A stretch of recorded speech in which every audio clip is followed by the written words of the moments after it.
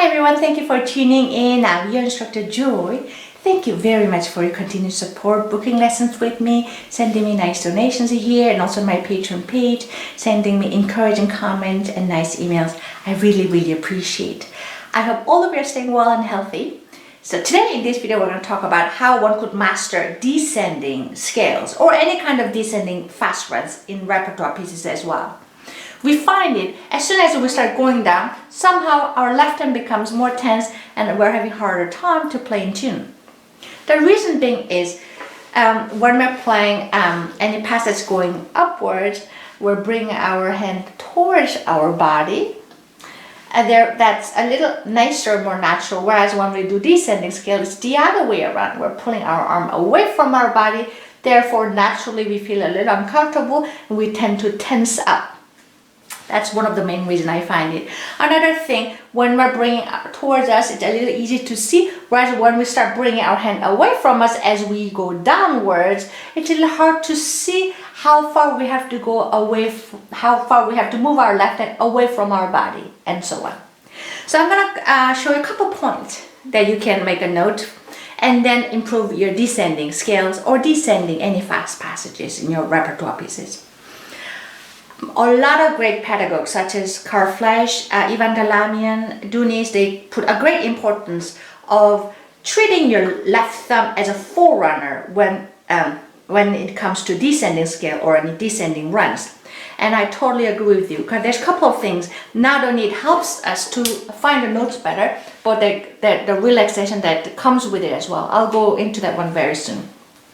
So let's review that one. When we do scale going upwards, it's natural that we bring entire hand with us, meaning the thumb and the left hand. Like, let's say A major scale.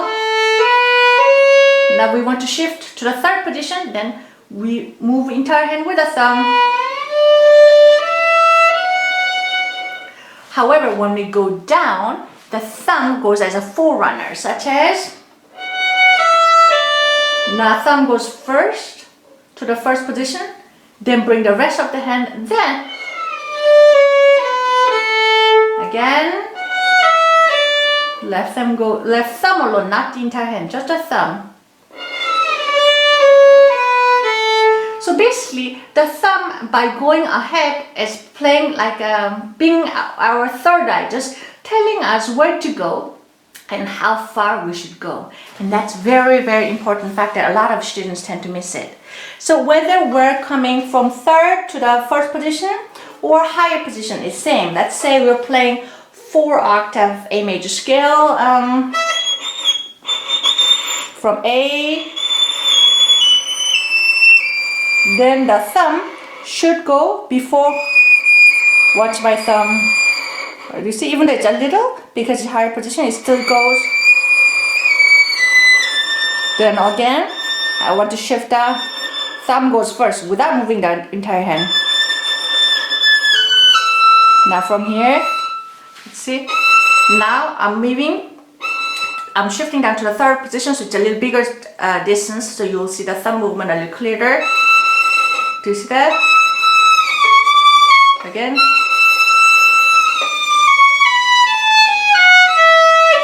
Now here, yeah, so the left thumb plays an important role.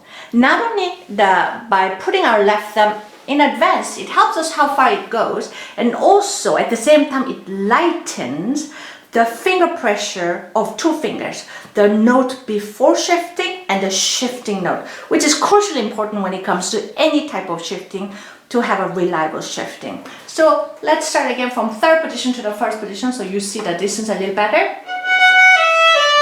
Now this note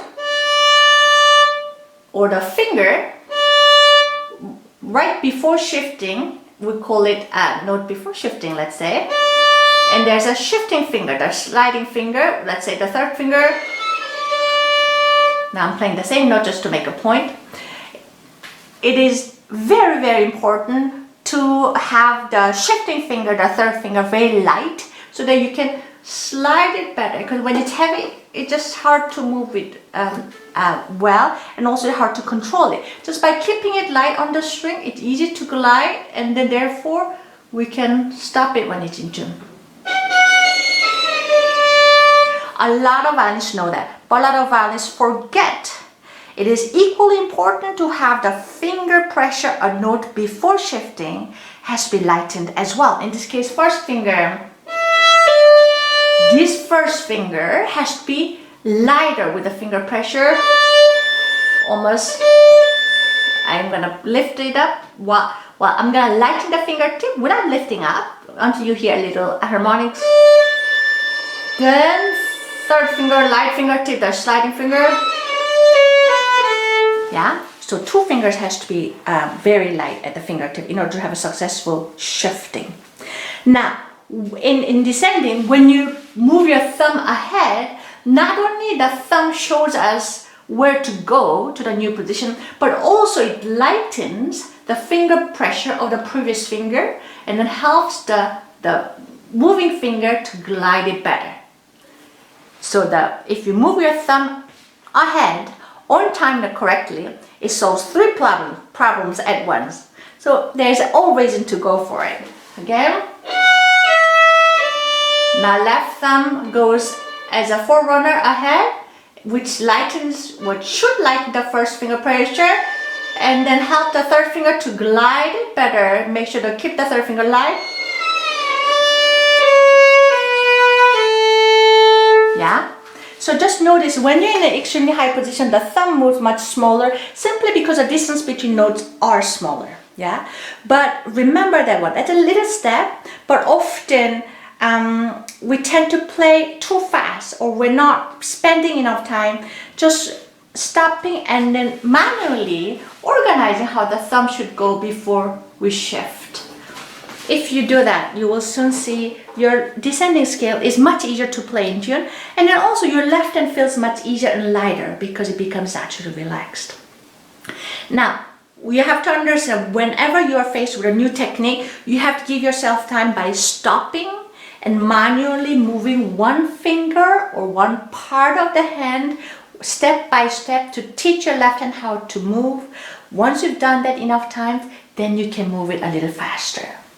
But in order to have a smooth, fluent descending shifting or descending scales, you have to stop to correct every single movement of each fingers or each part of the head. Yeah?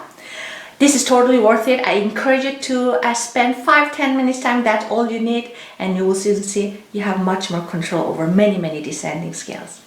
I wish you all a lot of fun with violin play and happy practicing. I hope this video was helpful. Thank you for watching. Bye bye.